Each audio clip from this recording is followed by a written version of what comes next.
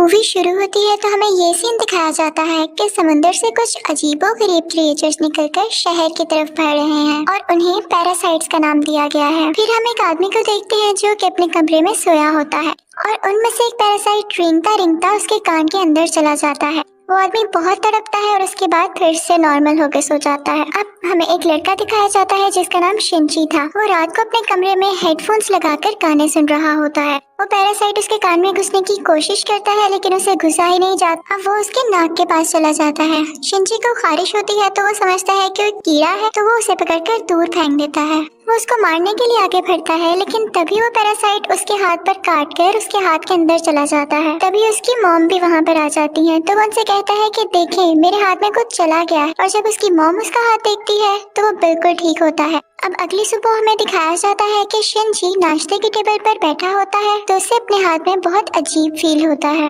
और फिर दूसरी तरफ हमें वो आदमी दिखाया जाता है जिसके कान में स्टार्टिंग में एक पैरासाइट चला गया था। वो अपनी बीवी के सामने आके खड़ा होता है और अपना मुंह खोल लेता है। उसका मुंह बहुत ही खौफनाक और बहुत ही बड़ा था और वो अपनी बीवी का सर अपने मुंह में लेकर अपना खौफनाक मुंह बंद कर लेता है और ये सब उसी पैरासाइट की वजह से हो रहा था। फिर हमें शिनची दिखाया जाता है जो कि स्कूल जाते हुए रास्ते में अपनी दोस्त से मिलता है। वो भी उसमें काफी अजीब हरकतें नोट करती है और जब वो स्कूल पहुंच जाता है तब भी उसके साथ बहुत कुछ अजीब हो रहा था, जैसे उसके राइट हैंड में काफी पावर आ गई हो। वो घर आता है और अपना हाथ काटने की कोशिश करता है लेकिन उसका हाथ मूव करने लगता है और उसे रोकता है और फिर हम देखते हैं कि उसका हाथ एक क्रिएचर में बदल गया है और वो शिनची से बातें भी कर रहा था। फिर हम देखते हैं कि वो शिनची की बुक्स भी पढ़ा करता था और उसका लैपटॉप भी यूज किया करता था क्योंकि वो इंसानों के रहने के तरीके जानना चाहता था। जब इसने शिनची की बॉडी में घुसने की कोशिश की थी तो शिनची ने इसे आगे जाने से रोक लिया था, इसलिए अब ये सिर्फ राइट हैंड में था और उसी हाथ को कंट्रोल कर रहा था। ये अपना नाम मिकी बताता है और कहता है कि तुम मुझे कभी मत काट क्योंकि मैं तुम्हें कुछ नहीं कहूँगा, तुम मेरे होस्ट जो हो।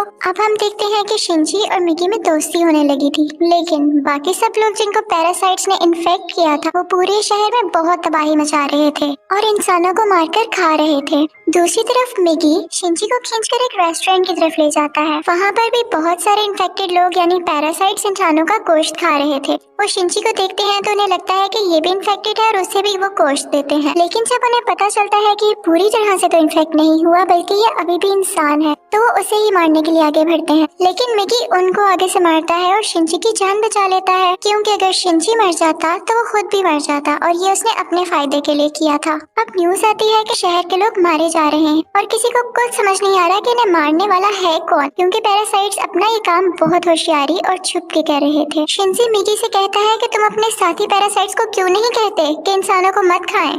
तो मिकी उससे कहता है कि तुम भी तो सब्जियों और जानवरों के गोश्त को खाते हो तो इसी तरह हम लोगों का खाना इंसान ही है तो इसमें बुरी बात क्या है। अब मिकी को पता चल जाया करता था कि उनके आसपास कौन सा पैरासाइट है तो जब शिनची स्कूल जाता है तो वो उसे बताता है कि तुम्हारे पास एक और पैरासाइट और वो कोई और नहीं बल्कि उसकी टीचर थी। वो टीचर जब शिनची को देखती है तो उसे भी पता चल जाता है कि इन्फेक्टेड है लेकिन वो कहती है कि तुम्हें मुझसे डरने की कोई जरूरत नहीं है क्योंकि मैं इंसानों को नुकसान नहीं पहुँचाना चाहती बल्कि मैं उनके तरीके इसलिए पढ़ रही हूँ ताकि इंसानों जैसी क्वालिटीज हमेशा मुझ में रहें। वो उसे दो और पैरासाइट्स के पास लेकर जाती है, एक स्टूडेंट होता है और एक पुलिस ऑफिसर। वो बताती है कि ये पुलिस ऑफिसर मेरा हस्बैंड है और हमारा बेबी होने वाला है और वो बेबी बिल्कुल नॉर्मल इंसान होगा तो हम भी इंसानों की तरह ही रहना चाहते हैं। हम किसी को नुकसान नहीं पहुँचाएंगे, किसी को सरेआम नहीं मारेंगे लेकिन छुप के गोश्त खाना चाहते हैं तो क्या तुम हमारा ग्रुप ज्वाइन करोगे। लेकिन मिकी इस बात को नहीं मानता। अब अगले दिन वही पुलिस ऑफिसर उन लोगों के पास आता है तो मिकी शिनची को बताता है कि ये हमें मारने आया है क्योंकि इसे पता चल चुका है कि उस दिन रेस्टोरेंट में हमने एक पैरासाइट को मारा और इसी के साथ वो पुलिस ऑफिसर इन पर अटैक कर देता है। अब मिकी और शिनची भी बहुत लड़ते हैं और इसको फाइनली मार देते हैं। जब शिनची घर आता है तो उसे बहुत बुरा लग रहा कि उसने एक मर्डर कर दिया लेकिन दूसरी तरफ हम देखते हैं कि पुलिस ऑफिसर की बॉडी से वो पैरासाइट निकलकर किसी और की बॉडी में चला जाता है और ये कोई और नहीं बल्कि शिनची की माँ थी और वो शिनची को मारने के लिए उसकी तरफ बढ़ रही थी। मिकी शिनची को बताता है कि तुम्हें मारना चाहती है तो शिनची उसे कहता है कि खबरदार तुमने मेरी माँ को कुछ कहा क्योंकि वो अपनी माँ से बहुत मोहब्बत करता था और वो नहीं चाहता था कि उसकी माँ मरे। लेकिन देखते ही देखते उसकी माँ का सर भी बाकी पैरासाइट्स की तरह खुलने लगता है और वो शिनची पर अटैक कर देती है। उसका बहुत खून जाया होता है और वो मरने के करीब होता है लेकिन अगली सुबह हम देखते हैं कि वो दोबारा से उठ खड़ा हुआ है। तो मिगी उसे बताता है कि तुम बहुत जख्मी हो गए थे, लेकिन मैंने अपने सेल से तुम्हारे जख्म को ठीक कर दिया। लेकिन यहाँ बुरी बात ये थी कि अब शिंची की बॉडी में मिगी के सेल्स चले गए थे और अब वो पूरी तरह इन्फेक्ट हो रहा था। अब शिंची अपनी माँ को ढूंढने लगता है, लेकिन वो कहीं पर नहीं मिलती। तो वो टीचर के पास जाता है और पुलिस ऑफिसर के बारे में पूछता है, लेकिन वो टीचर भी उसे कुछ नहीं बताती। मिगी उसे बताता है कि अब दिन में मुझे भी 4 घंटे सोने की जरूरत पड़ेगी और उस वक्त मैं तुम्हें बचा नहीं सकूंगा, तुम्हें अकेले ही लड़ना होगा। लेकिन क्योंकि मिगी के सेल्स भी अब उसकी बॉडी में थे तो उसके अंदर मिगी की क्वालिटीज भी आने लगी। खैर, फिर हम देखते हैं कि वही स्टूडेंट जो टीचर ने दिखाया था, जो कि अब पैरासाइट बन चुका था, वो भी शिंची के स्कूल में ही एडमिशन ले लेता है।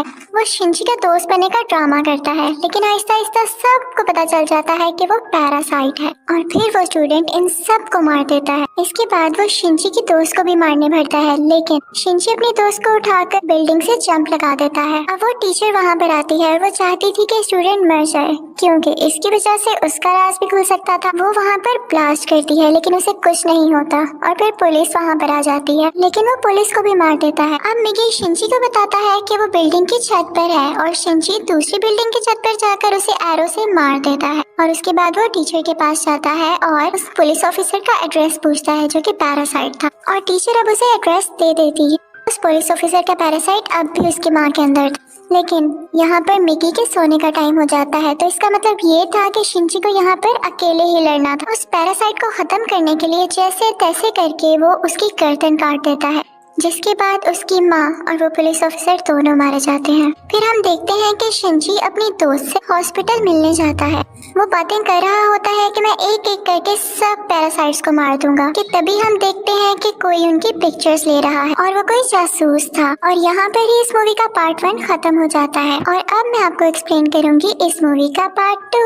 अब पार्ट 2 में उस इंसिडेंट के कुछ महीनों बाद का टाइम दिखाया गया है, जब आर्मी को पता चल जाता है कि इस शहर में कोई पैरासाइट्स हैं जो लोगों पर अटैक कर रहे हैं और वो लोगों को बचाना चाहते थे। फिर वो जेल से एक सीरियल किलर को लाते हैं जो पहचान सकता था कि पैरासाइट कौन है और नॉर्मल ह्यूमन कौन है। उसके सामने एक एक करके लोग लाए जाते हैं, तो वो सबको नॉर्मल कह देता है। लेकिन जब उसके सामने शिंची आता है तो वो सोच में पड़ जाता है और काफी सोचने के बाद कहता है कि ये भी नॉर्मल है। अब शिंची जब घर जा रहा होता है तो मिगी उसे बताता है कि हमारे बहुत पास एक पैरासाइट है, और वो पास के एक बिल्डिंग में जाते हैं जहाँ पर वो पैरासाइट एक इंसान का गोश्त खा रहा होता है। जब वो पैरासाइट शिंची को देखता है तो उसकी तरफ बढ़ता है, लेकिन मिगी इसे मार देता है। फिर अचानक उसे फील होता है कि जैसे उसके पीछे कोई है, और ये कोई और नहीं बल्कि वही आदमी था जिसने पार्ट 1 के एंड में शिंची और मिगी की पिक्चर्स ली थी। और फिर हमें शहर का मेयर दिखाया जाता है जो कि पैरासाइट्स की फेवर में बोलता और बहुत बुरा आदमी था, और वो टीचर भी उसके साथ मिली हुई थी। और अब हम देखते हैं कि उस टीचर का बेबी भी हो चुका था जो कि बिल्कुल नॉर्मल ह्यूमन था।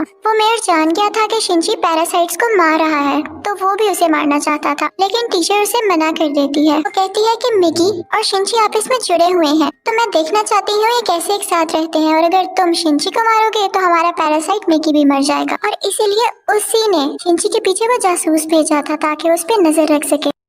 शिंची एक दिन चल रहा होता है कि उसे फिर से फील होता है कि उसके पीछे कोई है। वो जासूस उसकी सारी बात सुनता है और उसे कहता है कि तुम्हें अपने बारे में पुलिस को बता देना चाहिए। तो शिंची उससे कहता है कि नहीं, पुलिस में भी बहुत सारे पैरासाइट्स भरे पड़े हैं। उसे यहाँ पता चल जाता है कि इस जासूस को टीचर ने उसके पीछे लगाया है। तो वो टीचर के पास जाता है और कहता है ये तुम सब क्या कर रहे हो, ये करना बंद क्यों नहीं कर देते?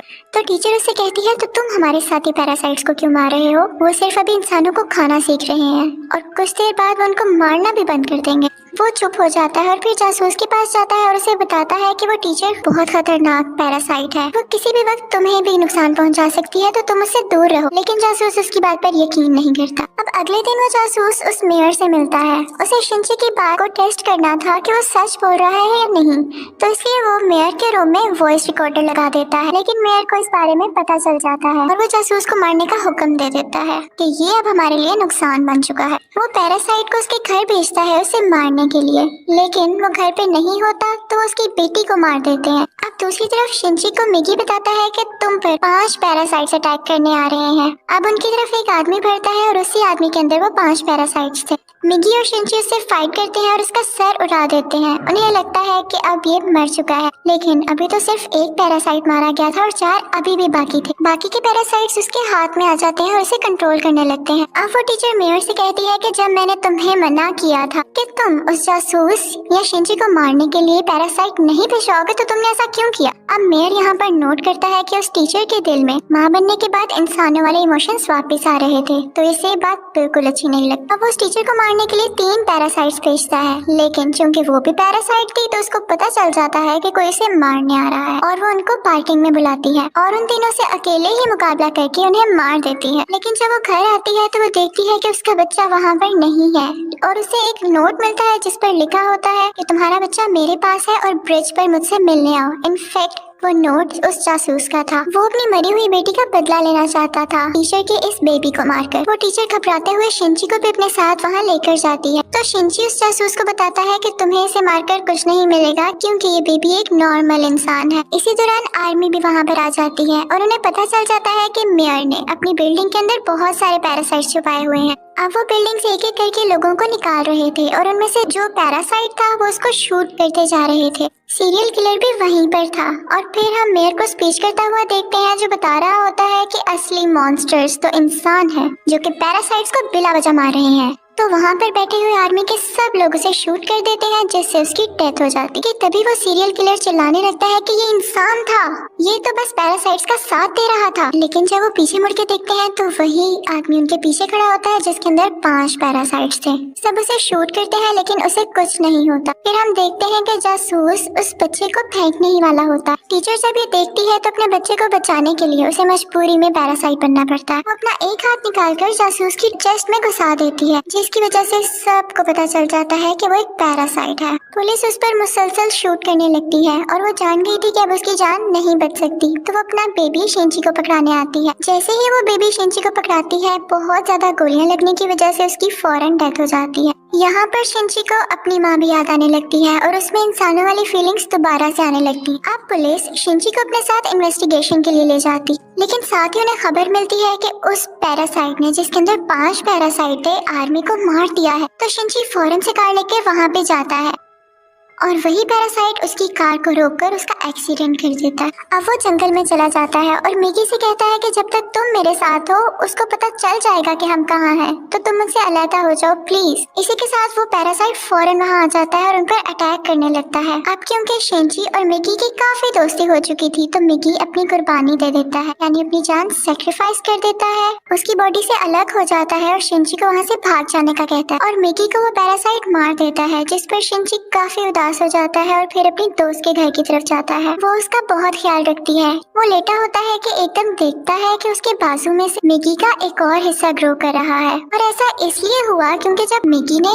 अपने बॉडी सेल्स से उसकी बॉडी को ठीक किया था तो मिगी के सेल्स भी तो उसकी बॉडी में आ गए थे, इसलिए वो चाहता तो दोबारा ग्रो कर सकता था। शिंची को फील हो गया था कि अब ये दोबारा आ रहा है तो उस पैरासाइट को दोबारा से पता चल जाएगा कि मैं कहाँ हूँ, तो अपनी दोस्त की जान बचाने के लिए उसको बाय कहकर वहाँ से चला जाता है। लेकिन जैसे वो बाहर जाता है तो वो पैरासाइट उसे पकड़ लेता है, लेकिन एक फैक्ट्री में पहुंचकर शिंची एक केमिकल रोड उसकी बॉडी में घुसा देता है, लेकिन उसे कुछ नहीं होता। तो वो कहता है कि तुम मुझे क्या समझ रहे हो, मैं तो तुम्हें मारकर बाकी इंसानों को भी मार दूंगा और फिर मैं और बाकी पैरासाइट्स इस दुनिया पर रूल करेंगे। वो उसे मारने ही वाला होता है कि मिगी फौरन से उसकी बॉडी में दोबारा ग्रो कर जाता है और उस पैरासाइट पर अटैक कर देता है। इसी के साथ उसकी बॉडी में कुछ होने लगता है और वो तड़पने लगता है।